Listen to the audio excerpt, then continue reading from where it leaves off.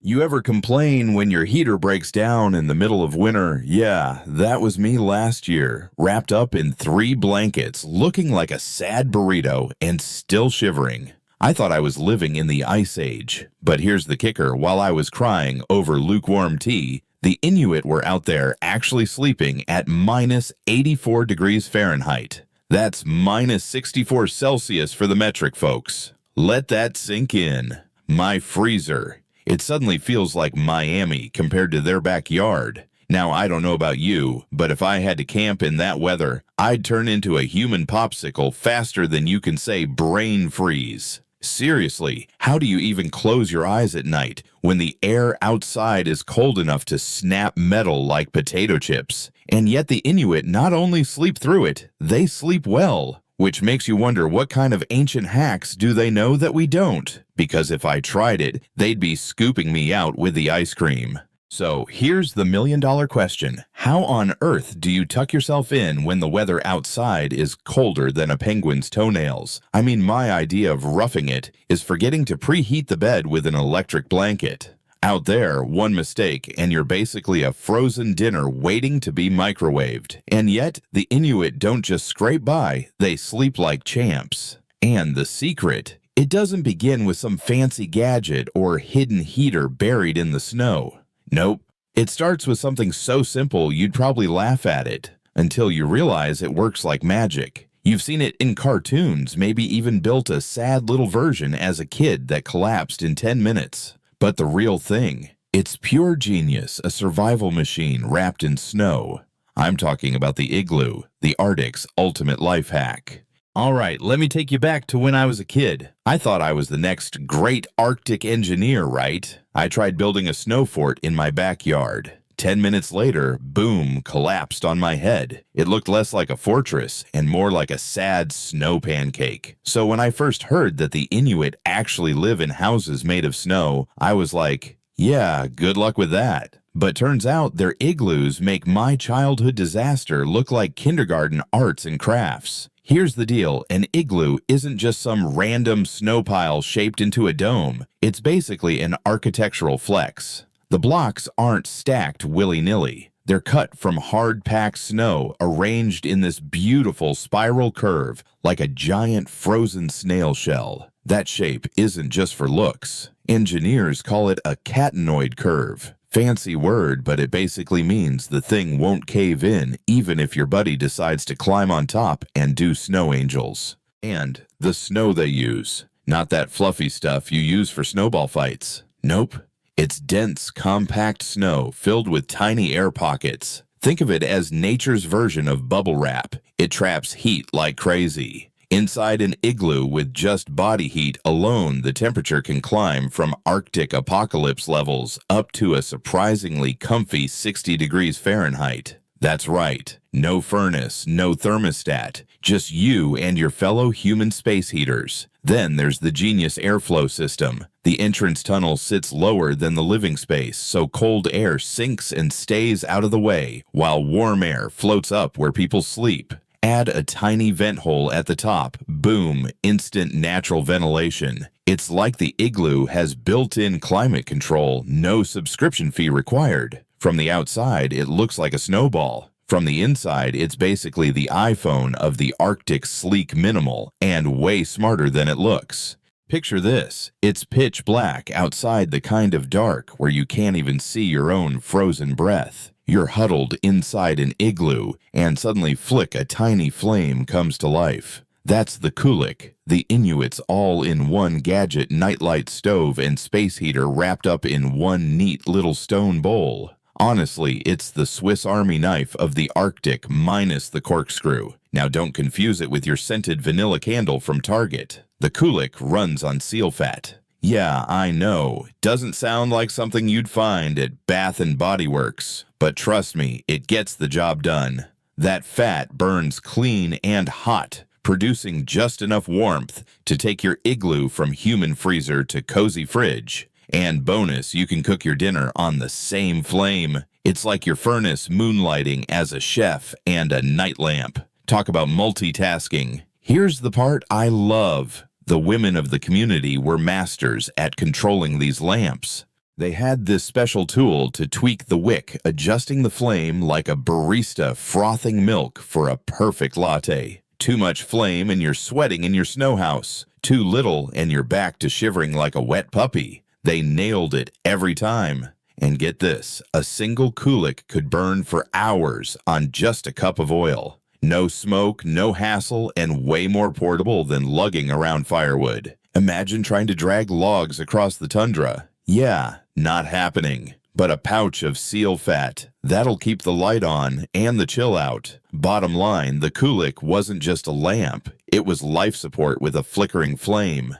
Okay, confession time. I once went outside in winter with one of those giant puffy jackets. You know, the kind that makes you look like the Michelin Man's cousin. And guess what? I was still freezing my tail off. Meanwhile, the Inuit are out there strutting around in caribou parkas like they've got the deluxe fully loaded heated seat version of winter wear. Here's the genius part. Their clothes aren't just clothes. They're like portable climate control systems. Start with the parka, made from caribou fur. Each hair is hollow, like a little straw, which traps warm air. That's insulation on steroids. They don't just slap it on either. The inner layer has the fur facing inward to wick moisture. The outer layer has the fur facing outward to block wind. It's basically nature's double-paned window, except you wear it. And let's not forget the boots. These things aren't your flimsy mall-bought snow boots. Nope.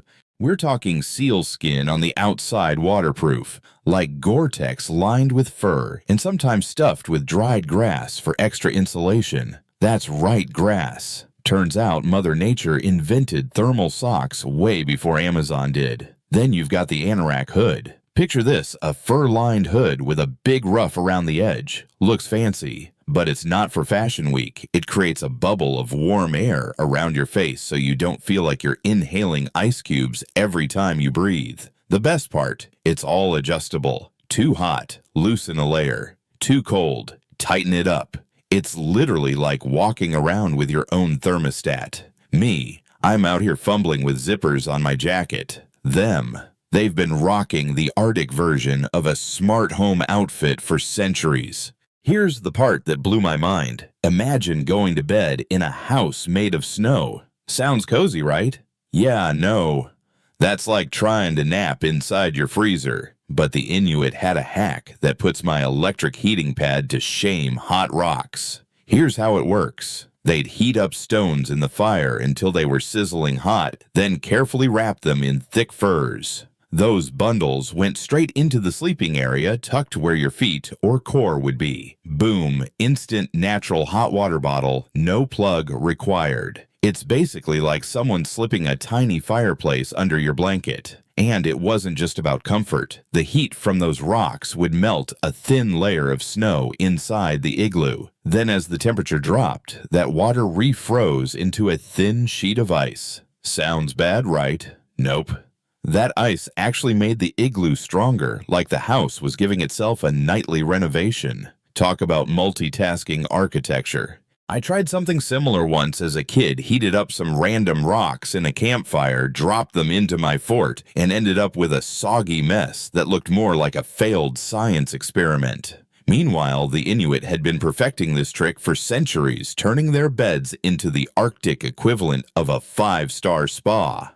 The best part, they'd rotate the stones through the night, always keeping fresh ones ready. It's like tag teaming with hot rocks. Who needs central heating when you've got a rock relay system and a family that knows exactly where to place them? The result, toasty toes, a sturdier house and 0 electricity bills. Let's be real. Sleeping on snow sounds about as comfortable as crashing on a bed of Legos. But the Inuit, they turned it into a 5-star experience centuries before we invented memory foam. Their secret weapon, the ultimate sleeping bag. Forget your fancy North Face gear. This thing was made from seal skin on the outside, naturally oily and waterproof, lined with caribou fur on the inside. And here's the magic, caribou hair is hollow, like millions of tiny thermos flasks. Each strand traps air holding warmth in like a natural insulation factory. Crawl inside one of these bad boys, and it's basically like zipping yourself into a Yeti-approved thermos. The stitching, not your average thread job. They used animal sinew, tendon, which swells when it gets wet, sealing up the seams tighter than a submarine hatch. Meanwhile, my so-called waterproof tent once leaked so badly, I woke up feeling like I'd gone swimming. Inuit bags, dry as a bone, even in a snowstorm. Now combine that with the hot stone trick. Heat up rocks, wrap them in fur, tuck them into the sleeping area. Suddenly, your bed isn't a frozen slab, it's a heated cocoon. Think of it like slipping a homemade hot water bottle under your covers, except it doesn't burst at 3 a.m. And soak your sheets. Been there, done that. Not fun. Together, the fur-lined bag and hot stones turned a snowbed into a legit warm nest. You're not just surviving, you're snoozing like a baby. While outside, it's cold enough to make a penguin shiver. Honestly, I'd trade my overpriced camping gear any day for one of these Arctic masterpieces. Who knew the best sleeping system in history was invented by people who never heard of Amazon Prime? Here's the part nobody tells you. Your body is basically a walking space heater. Every single person pumps out about as much heat as a 100-watt light bulb. So imagine cramming a family into an igloo. Congratulations, you've just built yourself a human-powered radiator system. Now I know what you're thinking. Sleeping that close to other people? No thanks. But trust me, when it's minus 84 outside, you stop worrying about personal space real quick. Inuit families would pile in together, turning bedtime into a team sport. More bodies, more heat. It's like compound interest, but instead of cash, you're stacking BTUs. And of course, there's that one relative. You know, the one who snores so loud it sounds like a chainsaw battling a grizzly bear. Normally, you'd want to throw a pillow at them. But in an igloo, that guy is basically an engine with surround sound. Annoying, sure, but also pumping out bonus heat. Call it heated blankets with noise included. Then there's the bed design. They didn't just flop down on the floor. Nope. The sleeping platform was raised above ground level. Why? Because warm air rises. By sleeping higher up, you're literally camping out in the warmest layer of the igloo. It's like grabbing the penthouse suite, except your luxury apartment is made of snow and shared with your entire family. So, yeah, it might not sound glamorous. You're packed in like sardines, someone snoring in your ear, and your cousin's elbow keeps jabbing you in the ribs. But guess what? You're warm, you're alive, and you're not waking up as an ice sculpture. In the Arctic, that's about as close to luxury as it gets.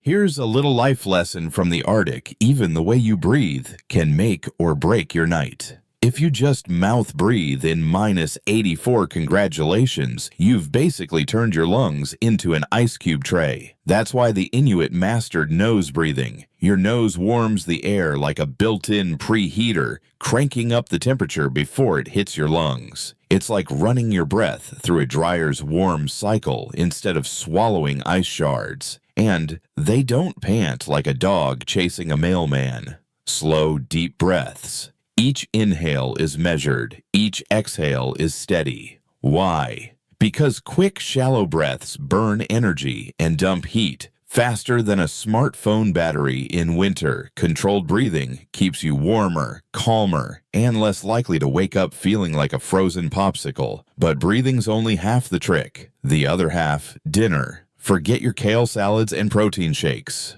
We're talking fat lots of it. Seal blubber, whale skin, oily fish.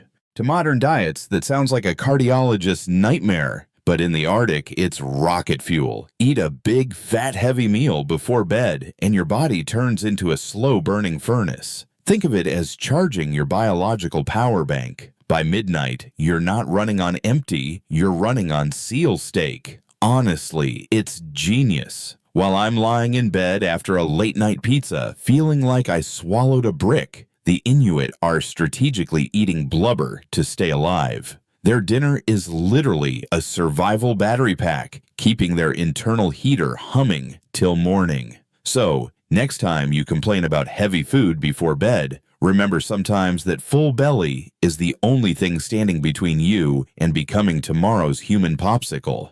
So what's the big takeaway from all this Arctic bedtime wizardry? The Inuit proved that you don't need fancy gadgets or a heated mattress to survive the coldest nights on Earth. You just need smart design, natural materials, and a little teamwork. An igloo isn't just a snow hut, it's climate control. A kulic isn't just a lamp, it's life support. Parkas, hot stones, body heat, careful breathing, and a fat-loaded dinner, they all add up to one thing: staying alive and even sleeping soundly at -84. But maybe the biggest lesson is this: survival isn't just about technology, it's about mindset and community. The Inuit don't fight the cold like it's the enemy. They adapt, they share, they laugh, and they thrive. And that's something we could all use whether we're in the Arctic or just whining about a broken heater back home.